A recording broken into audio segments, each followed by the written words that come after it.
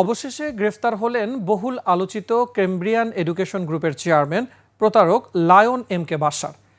সিআইডির আর্থিক অপরাধ বিভাগ মানি লন্ডারিংয়ের অভিযোগে রাজধানীর একটি বাসা থেকে তাকে গ্রেফতার করে। BSB global network, BSB travel সহ প্রায় 20টি প্রতিষ্ঠানের মাধ্যমে অর্থ আত্মসাতের অভিযোগও আছে বাশারের বিরুদ্ধে। আদিত্য মামুনের রিপোর্ট।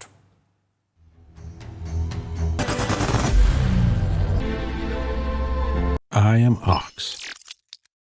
শিক্ষাকে বাণিজ্য বানিয়েই আলোচনায় আসেন এম কে বাশার। 1.5 দশকে প্রায় 20টি প্রতিষ্ঠান গড়ে তুলে শত শত কোটি টাকার মালিক বনে যান।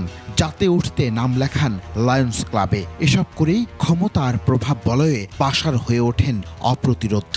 দুর্নীতি আর চাতুর্যে সর্বেসর্বা বাশার বিভিন্ন সময়ে পেয়েছেন সরকারি আনুকূল্য।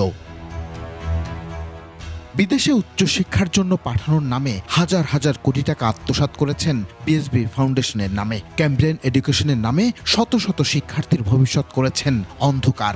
এসব নিয়ে বিভিন্ন সময়ে হয়েছে আন্দোলন, অবরোধ। নামে বেনামি সম্পত্তি ক্রয় ছিল বাশারের কাছে ডাল ভাত।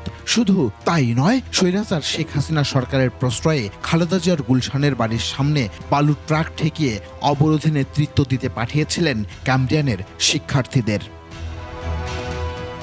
সরকার পতনের পর বেরিয়ে আসে বাশারের থলের বেড়াল। শিক্ষার্থীদের থেকে টাকা নিয়ে গা ঢাকা দিলেও শেষ রক্ষা হলো না। চটকদার বিজ্ঞাপন, বিদেশি বিশ্ববিদ্যালয়ে ভর্তির নামে ভুয়া প্রতিনিধিত্ব ব্যবহার করে 448 জন শিক্ষার্থীর কোটি কোটি টাকা আত্মসাতের অভিযোগে তাকে গ্রেফতার করে সিআইডি। এছাড়াও ঢাকা ও ঢাকার বাইরে তার নামে হাজার বিঘা জমি কেনার অভিযোগও পাওয়া যায়। আদিত্য মামুন, 21 টেলিভিশন।